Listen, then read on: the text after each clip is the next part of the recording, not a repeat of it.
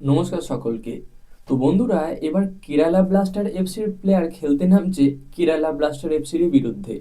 কেননা এই মুহূর্তে মোহনবাগান দলের রাইট ব্যাক আশিস রায় সে ইনজুরিতে পড়েছে, যার ফলে তাকে অপারেশনও করতে হয়েছে। তো মোটামুটি যেটুকু খবর আছে সেটা হলো এই মরশুমের জন্য সম্পূর্ণ স্কোয়াড থেকে বা দল থেকে ছিটকে গিয়েছে আশিস রায়।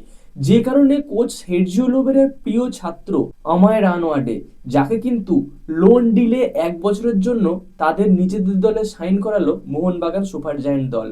বাধা শুধুমাত্র মেডিকেল টেস্ট। যদি মেডিকেল টেস্টে উত্তীর্ণ হয় তাহলে কিন্তু সামনে 14 তারিখ, মানে 14ই ফেব্রুয়ারি ভ্যালেন্টাইন্স ডের দিনই খেলতে নামবে কেরালা ব্লাস্টার এফসির বিরুদ্ধে এই অময় রানওয়াডে, তাও মোহনবাগানের জার্সি পরে।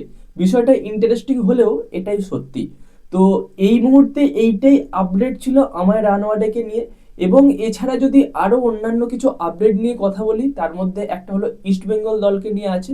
তো সেটা হলো ইস্টবেঙ্গল দলের এই মুহূর্তে ভরসাযোগ্য স্ট্রাইকার ইউসুফ এজ্জেজারি, সে কিন্তু সমস্ত ভিসা সমস্যা কাটিয়ে ইতিমধ্যেই কলকাতাতে উপস্থিত হয়েছে এবং হয়তো আজ থেকেই ইস্টবেঙ্গল দলের সঙ্গে প্র্যাকটিসে যোগদান করে দেবে। তো আপাতত এই প্লেয়ারটার যা প্রোফাইল সেটা দেখে এটা বোঝা যাচ্ছে যে মোটামুটি প্লেয়ারটা যথেষ্ট ভালো কোয়ালিটি আছে। এর আগে ইস্টবেঙ্গল দলে যে দুজন স্ট্রাইকার ছিল, হামিদ আদাদ এবং হিরোশি ইবোসুকি, তো এদের একটা টেন্ডেন্সি ছিল যে এদেরকে বল রেডি করে দিতে হবে, তারপর এরা গোল করবে বা গোলে শট মারবে। কিন্তু যেটুকু খবর পাওয়া যাচ্ছে যে ইউসুফ এজেজারি নাকি লং রেঞ্জ শট নেওয়ার একটা প্রবণতা আছে, সেই সঙ্গে নিজে একা বল ড্রিবলিং করে বেরোনোরও ক্ষমতা আছে। তো এবার দেখা যাক এই বছর ইস্টবেঙ্গল দল এই ইউসুফ এজ্জেজারির মাধ্যমে কতগুলো গোল করতে পারে। তো বন্ধুরা, এই গেল মোহনবাগান এবং ইস্টবেঙ্গল দলকে নিয়ে ছোট করে আপডেট। এবার যদি কথা বলি আইএসএল কোথায় দেখানো হবে এবং কত টাকার বিনিময়ে দেখানো হবে। দেখো, মোবাইলে তো ফ্যানকোড অ্যাপে দেখানো হবে, এটা আমি অনেক আগেই আপডেট দিয়ে দিয়েছি কমিউনিটি পোস্টের মাধ্যমে। তবে যে খবরটা বেরিয়ে আসছে সেটা হলো সম্পূর্ণ আইএসএল দেখতে গেলে 299 টাকার প্যাকেজ মারতে হবে। মানে 299 টাকার বিনিময়ে তোমরা এই মরশুমের পুরো আইএসএলটা দেখতে পাবে। আর যদি কোনো সিঙ্গেল ম্যাচ দেখতে চাও তাহলে 9 টাকা দিতে হবে।